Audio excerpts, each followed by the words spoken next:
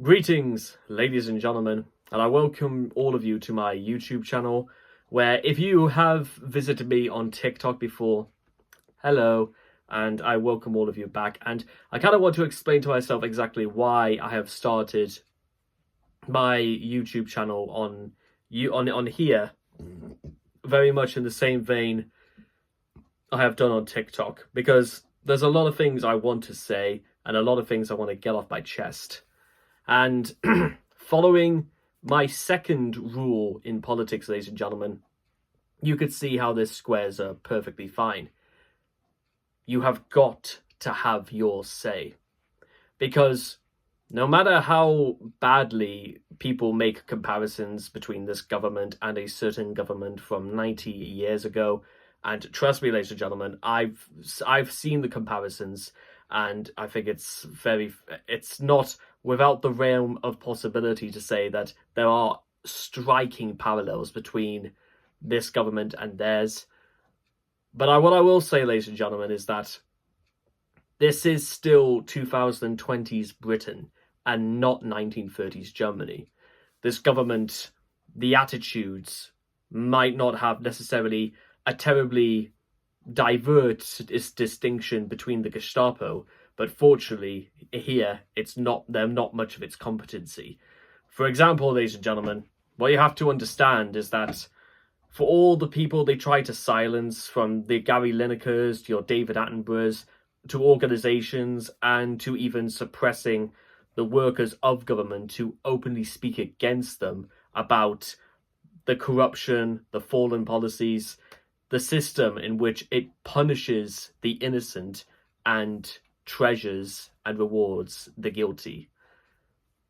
But what I want you guys to understand, ladies and gentlemen, is that for all the times they will lash out at people who are rich, who have high positions, anyone who criticizes them, I want you guys to understand something very, very important. And it's not just against this government, it could be against all governments, whether you are pro or against them. First of all, criticism is not harassment. However, this government doesn't necessarily seem to believe that those distinctions are exactly the same.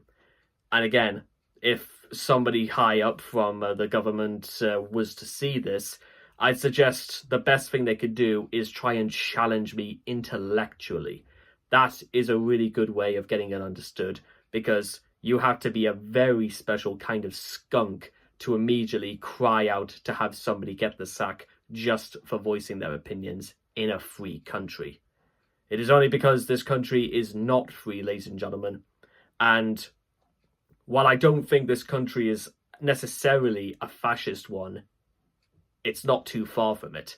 I am utterly convinced that we are so close on verging towards the ideas of fascism that, honestly, if I don't do anything now, if I don't stand up for myself and fight against oppression and stand for liberty and democracy, then I'm almost never will. Bad things happen to good men, ladies and gentlemen, when they choose to do absolutely nothing. But I don't want to do nothing anymore. What I want to do is something about it. That's what I want to do. And the second thing I want to say, ladies and gentlemen, is that in spite of all the Gary Linekers they try to silence, in spite of all the David Attenboroughs they try to silence, there is one person that this government can never silence. Do you want to hazard a guess as to who it is, ladies and gentlemen? You all know it. You all love it. You all hate it. We all know who it is. You, ladies and gentlemen. It's you. You are the person that this government cannot silence. It is you who cannot hold back the contempt and the disdain, the disorganization, the corruption, the slavery mentality. It is you, ladies and gentlemen, who can stop all of this.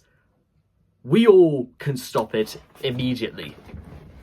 And I am dead serious about this, ladies and gentlemen. If we really wanted to, we could stop all of this tomorrow.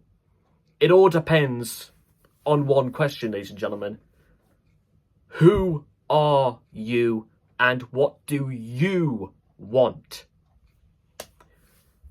When we come to a decision like that, ladies and gentlemen, then maybe, just maybe, we might see some actual changes. Because, and I said this last week, I said this the week before, I said it 10 weeks ago, well into possibly the summer of 2020, I was saying this on my lips, and absolutely nothing has changed, which has proved that I was right all along.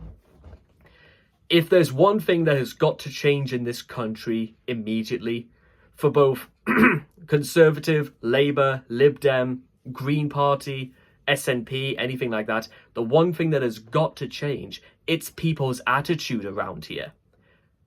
And as you might imagine, ladies and gentlemen, for saying this for almost 9 months at this point, and there's been absolutely no change whatsoever, this only fuels the speculation that I was right all along, because nobody chose to listen to me. And because they didn't decide to give me a fair hearing, that means that it can't be disproven either, which means that it's got much of a better hearing than before.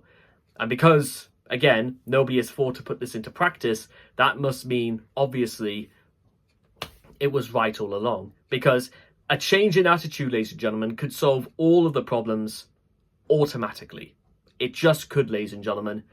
Because prove to me that it couldn't. And I'm not just going to go on about governments or anything like that.